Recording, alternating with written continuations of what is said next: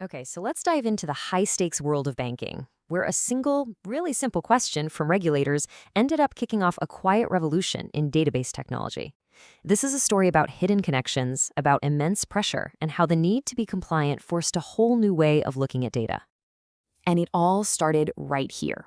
You see, after the financial crises back in the 2000s, regulators were absolutely laser focused on risk. So they walked into the biggest banks in the world and basically threw down a challenge, one that seemed pretty straightforward on the surface, but it ended up exposing this massive, massive technological blind spot.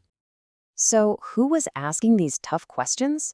Well, it was the Office of the Comptroller of the Currency, the OCC. They decided that understanding the risk that comes from third-party vendors wasn't just, a good idea. It was now priority number one, non-negotiable. Now, to really get the scale of this problem, you have to wrap your head around this number.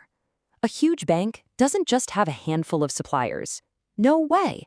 They rely on thousands of individual vendors for pretty much everything, from the cloud providers hosting their apps to the payment processors moving money, all the way to the data feeds that drive their market decisions.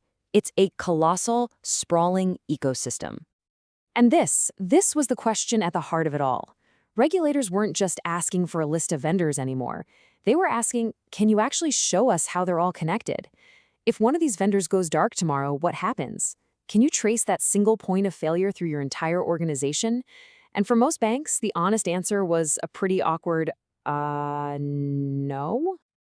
So why was this so incredibly hard? Well, it's because the banks were looking at the problem all wrong.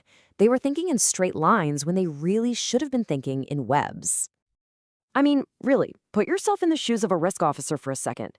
Your main cloud provider uses a specific data center, which in turn relies on a particular power company. That same cloud provider also hosts a payment system, which is used by another one of your key software vendors. How do you map that? How are you supposed to see the chain reaction before it happens? And this is the absolute key takeaway. A list is simple, right? It's linear, but risk doesn't work that way. It's a tangled web of crisscrossing dependencies. Vendor A affects system B, which impacts data flow C, which is critical for risk report D. The real challenge wasn't just tracking the vendors, it was tracking the relationships between all of them.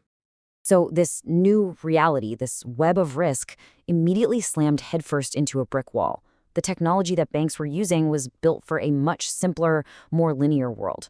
Their existing tools were just fundamentally failing them. Okay, so what's so interesting here is how clearly this shows the total mismatch. For decades, banks had been relying on traditional databases. Just think of giant, super organized spreadsheets with rows and columns. They were perfect for keeping lists of contracts or vendors, but they were absolutely terrible at answering questions about relationships, about what connects to what. The new reality of risk was a web, and trying to cram that web into neat rows and columns was like trying to fold a city map into a matchbox. It just wasn't going to happen. So, with the old way failing spectacularly, a new approach was desperately needed. And this is where the story takes a fascinating turn, with a piece of technology that was perfectly suited for this interconnected problem suddenly stepping into the spotlight. And here it is, the graph database. Unlike the databases that came before it, a graph database is built from the ground up to manage relationships. It thinks in terms of nodes, which are just the things, like a vendor or a server, and edges, which are the connections between those things. For the banks, this was a complete revelation. A vendor is a node. A system is a node. The dependency between them? Well, that's the edge. Simple as that. And boom, this right here was the big aha moment. The goal was no longer to just maintain some static, outdated list of vendors. The new goal was to build a living, breathing, dynamic map of their entire operational ecosystem. Compliance suddenly became an exercise in cartography. All right, so they've got this new map. What did it actually let them do? What really changed? Let's take a look at the real-world results of this massive technological shift. This slide really just sums it all up perfectly. The OCC mandate lit the fire. That vendor data, which used to be stuck in boring documents, was now flowing directly into live systems. The graph database became the engine that could model all those complex relationships. And the result? For the first time ever, risk officers could actually see the hidden chains of dependency. They went from a world of checklists to a world of dynamic, explorable maps. And this was the superpower it gave them. Now, if a single, seemingly minor vendor had an outage, they could instantly query the graph and see every single system, process, and report that would be affected. They could see the cascade before it happened. This wasn't just about taking a compliance box anymore.